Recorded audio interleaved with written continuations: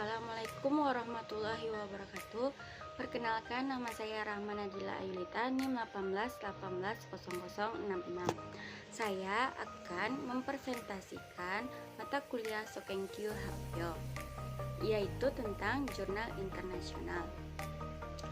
Dosen pengampu saya Reni Rahmalina, DCS MPD. Saya mengangkat judul jurnal yaitu Sex Differences in L2 Vocabulary Learning Strategies, yang artinya perbedaan gender dalam strategi pembelajaran kosakata L2. Yang pertama yaitu latar belakang. Seks dan gender adalah istilah yang kontroversial.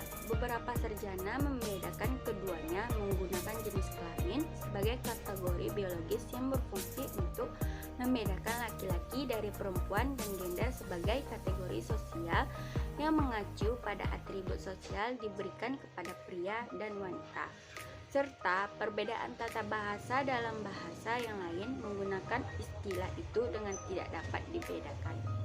Seolah-olah itu adalah dua sisi yang sama.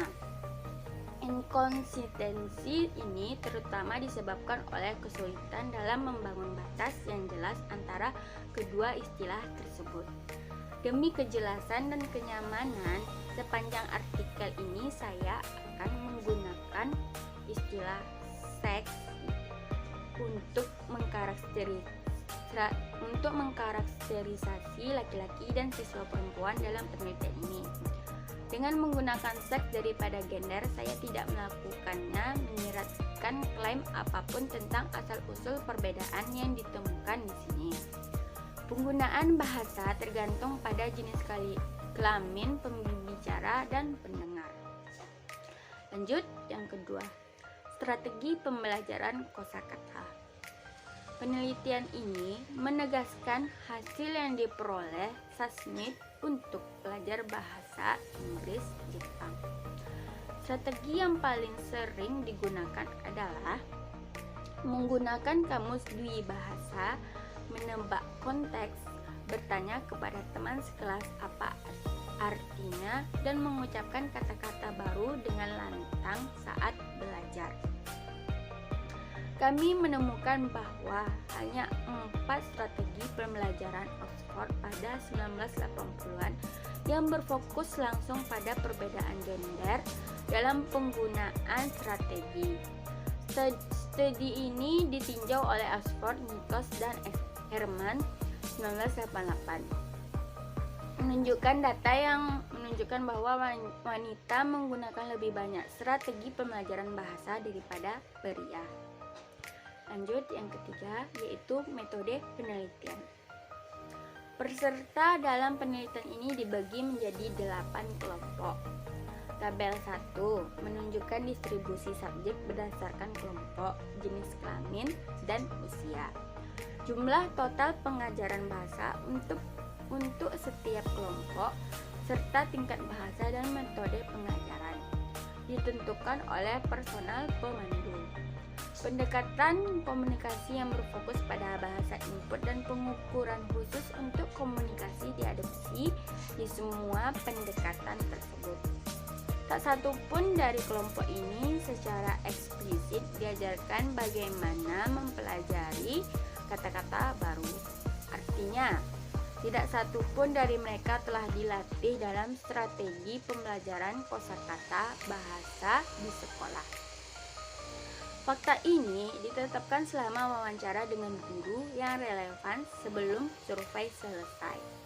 Guru dalam kelompok ini menjelaskan bahwa mereka mengajarkan kosakata secara terintegrasi dengan unsur bahasa lainnya. Lanjut, hasil dan diskusi. Hasil penelitian ini memberikan 2 jenis bukti, yaitu persamaan dan perbedaan. Kesamaan tersebut tercermin dari rata-rata jumlah strategi yang digunakan oleh anak laki-laki dan perempuan. Total untuk anak laki-laki dan perempuan adalah 21,4, dibagi berdasarkan kedua jenis kelamin. Rata-rata untuk wanita sedikit tetapi secara signifikan lebih tinggi. Hasil penelitian menunjukkan bahwa siswa laki-laki dan perempuan biasanya menggunakan cara yang sama. Yang terakhir yaitu kesimpulan.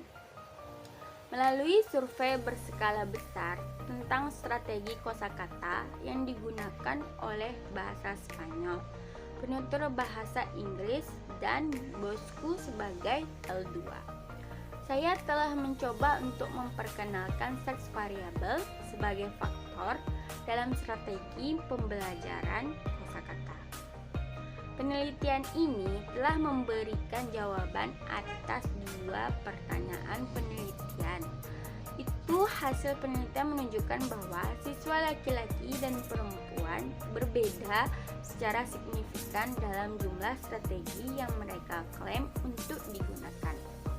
Hasilnya juga menunjukkan bahwa pria dan wanita siswa berbeda dalam berbagai strategi yang mereka laporkan menggunakan, seperti yang dapat dilihat dengan pola perbedaan yang ditemukan dalam peringkat dan presentasi di daftar keseluruhan strategi penemuan dan konsolidasi. Baiklah, sekian dari saya. Kalau ada kesalahan mohon dimaafkan. Wabillahi taufiq wal hidayah. Wassalamualaikum warahmatullahi wabarakatuh.